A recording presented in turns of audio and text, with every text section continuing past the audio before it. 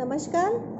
मैं डॉक्टर मंजरी केसकर पारुल यूनिवर्सिटी से हूँ। मैं पिछले लेक्चर में मैंने 18वें श्लोक तक आपको सुश्रुत संहिता उत्तर तंत्र के बारे में बताया था। आज मैं उसके आगे का भाग आपको बताऊंगी। 19वां श्लोक जो है, क्षीराणां गंडराणां च मेधसः कालकस्य च गुणः कालात् परः श्लेष्मा बंधने अक्षणो शिरायुतः।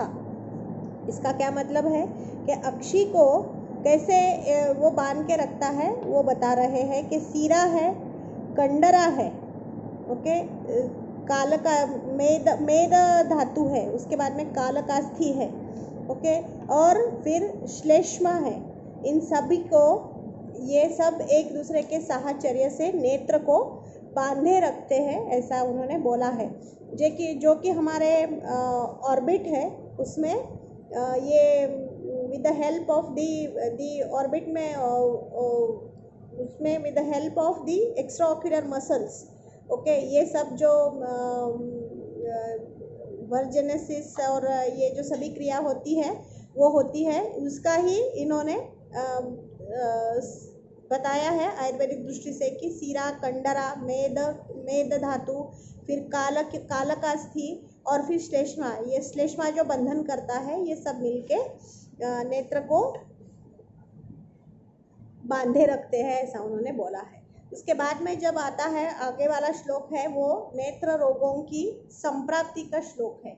वो बोलते हैं कि सिरानुसारि भी दोषैहि विगुणैहि ऊर्ध्वमागतैहि जायन्ते नेत्र भागेषु रोगः परम दारुणः।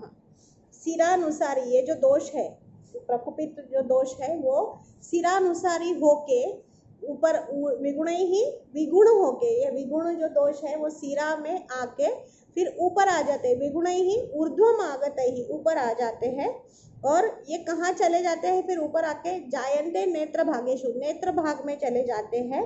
और वहाँ जाने के बाद में अलग अलग तरह के रोग वो पैदा कर देते हैं। रोगः परम दारुणः, इसे उन्होंने बोला है। ये हो गई संप्राप्ति। संप्राप्ति के बाद का जो श्लोक है, बाद के 3 श्लोक है, वो नेत्र की सामान्य हेतु के बारे में श्लोक है वो, ओके। वो बता रहे हैं, सॉरी, उसके बाद के जो श्लोक है वो ये संप्राप्ति हो गई। उसके बाद में नेत्र का पूर्व रूप है। पूर्व रूप नेत्र रोग जब होते हैं तो उसके पहले क्या होते हैं, और एक्चुअल जब वो व्यक्त लक्षण में आ जाते हैं, व्यक्तावस्था में आते हैं, तो क्या लक्षण होते हैं वो भी बता रहे हैं। तो हम पहले नेत्र के पूर्व रूप, नेत्र रोगों के पूर्व रूप क्या है वो बता देते। तत्र आवीलम ससरंभम अश्रुकंडूपदेहवत गुरु उषा तोदरागाद्यैहि युष्टम च अव्यक्त लक्षणैहि। ये जो नेत्र रोग के पूर्व रूप है, मतलब ये पूरे तरह से व्यक्त नहीं हुए हैं। नेत्र रोग उत्पन्न जो हुए हैं वो पूरी तरह से व्यक्त नहीं हुए हैं। तो उसके पूर्व रूप में क्या क्या लक्षण होते हैं? तत्र आविल, नेत्र जो है वो स्वच्छ होता है, वर्ण पाटव जो रहता है वो नहीं होता है। यहाँ नेत्र में आविलता उत्पन्न हो जाती है। सरंभ मतलब शोथ उत्पन्न हो जाता है। अश्रु मतलब वाटरिंग ऑफ आईज शुरू हो जाता है, आंखों में से पानी निकलने आता है। कंडू रहेगा, कंडू मतलब itching sensation in the eyes, there will be itching sensation in the eyes. उपदेहवत मतलब के कोई क्या बोलते हैं उसको, एक भारीपन जैसे आ जाता है, ओके। उपदेह कुछ ऐसे लगाया हुआ, जैसे कि आंखों में और कुछ एक आवरण आ गया है, ऐसे हो जाता है। गुरु गौरव हो जाता है। उषा, उषा मतलब उष्मा, ओके। तो आंखों में जलन जैसी पैदा हो जाती है। तोदवत वेदना रहती है। राग मतलब रेडनेस ऑफ आईज रहेंगे, ओके। ये सब जो है ये अव्यक्त लक्षण है नेत्र रोगों के, ओके। उसके बाद में जो लक्षण आते हैं वो है सशूलम वर्त्म कोशेषु शुकपूर्णाभमेव च। क्या क्या होता है? सशूलम, नेत्र में शूल उत्पन्न होता है।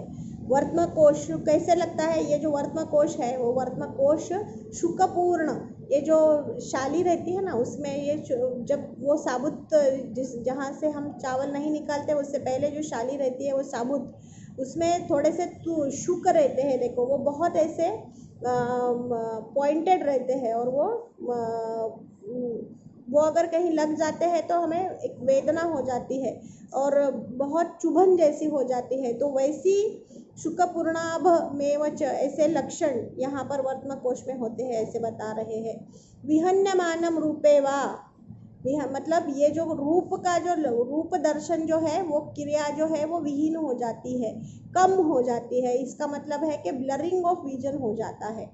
क्रिया स्व अक्षी यथा पुरः, और आँखों जो है वो कार्यहीन हो जाते हैं, ऐसा उन्होंने बताया। दृष्टवेव धीमान बुद्धे दोषेणाधिष्ठितम तु तत्। इसके बाद ये बताया है कि ये बुद्धिमान वैद्य को नेत्र रोगों को पूर्व रूप में ही जान लेना चाहिए और वो नेत्र जो है वो दोष से रहित हो जाए, ऐसी चिकित्सा वहीं पर कर ली चाहिए, ऐसे ये बता रहे हैं।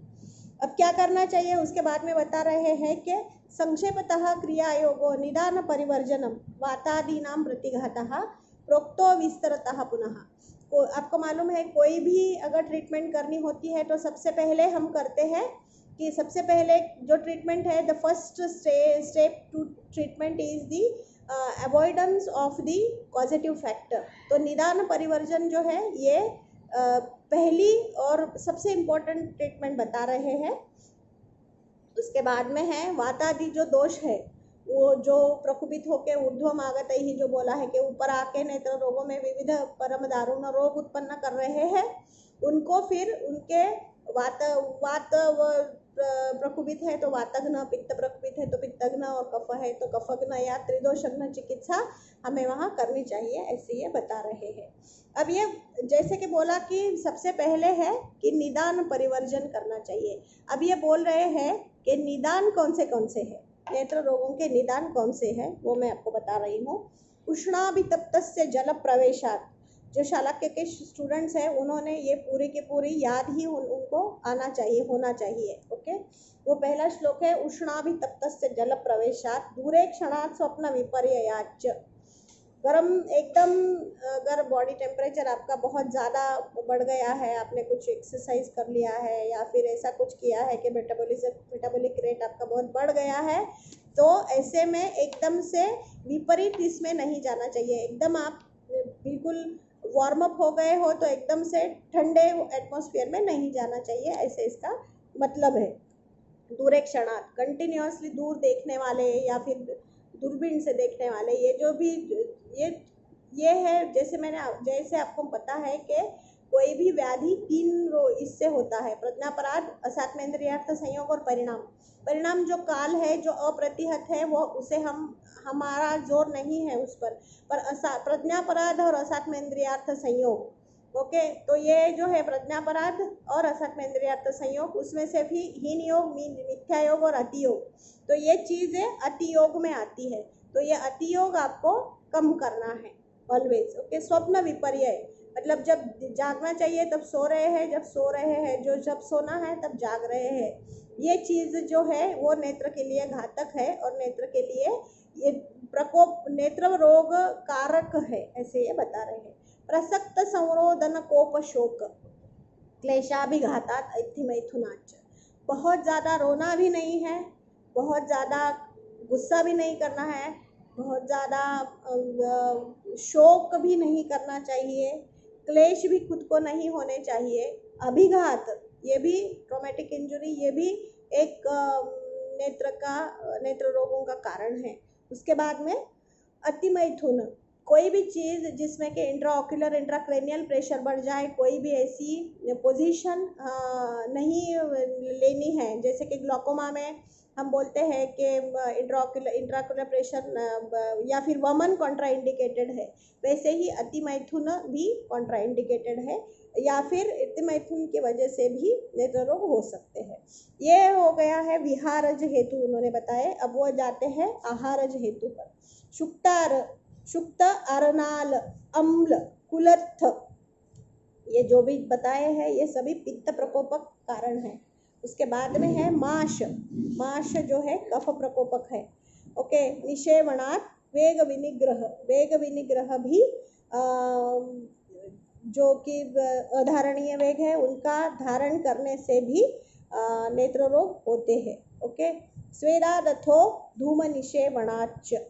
तो धूम मतलब क्या, बाष्प, धुआं जो आता है उसके वजह से भी नेत्र रोग होते हैं, ऐसा उन्होंने बोला है। बाष्पग्रहात, प्रसक्त संरोधन भी बोल रहे हैं और बाष्पग्रहात भी बोल रहे हैं, मतलब कोई भी चीज़ का अतियोग भी ठीक नहीं है और अयोग भी ठीक नहीं है, जो कि नेत्र रोगों का कारण होता है। सूक्ष्म निरीक्षणाच, जैसे ये दूरेक्षणात् भी है और सूक्ष्म निरीक्षणात् जो है, मतलब हीन योग भी है और अतियोग भी है, तो ये दोनों भी नहीं करना चाहिए। नेत्रे विकारान् जनयन्ति दोषः, इसकी वजह से अलग अलग तरह के नेत्र रोग उत्पन्न होते हैं, क्योंकि ये सभी जो है ये दोषों को प्रकुपित करते हैं। ओके, दोषों को प्रकुपित करके ये ऊपर की तरफ आ जाते हैं सिरानुसारी होके, और फिर ये नेत्र रोग में, नेत्रों में जाके अलग अलग तरह के नेत्र रोग उत्पन्न करते हैं, ऐसा ये बता रहे हैं। यहाँ तक हम आज हमने देखा कि नेत्र कैसे अपने इसमें सीरा, कंडरा, कालकास्थि में और श्लेष्मा की वजह से अपने स्थान पर बना रहता है। उसके बाद में हमने संप्राप्ति देखी, उसके बाद में नेत्र के पूर्व रूप देखे और नेत्र के हेतु देखे। ओके, तो यहाँ तक आज हम यहाँ ही हम आज रुकते हैं, अगले लेक्चर में आगे वाले श्लोक में बताऊंगी।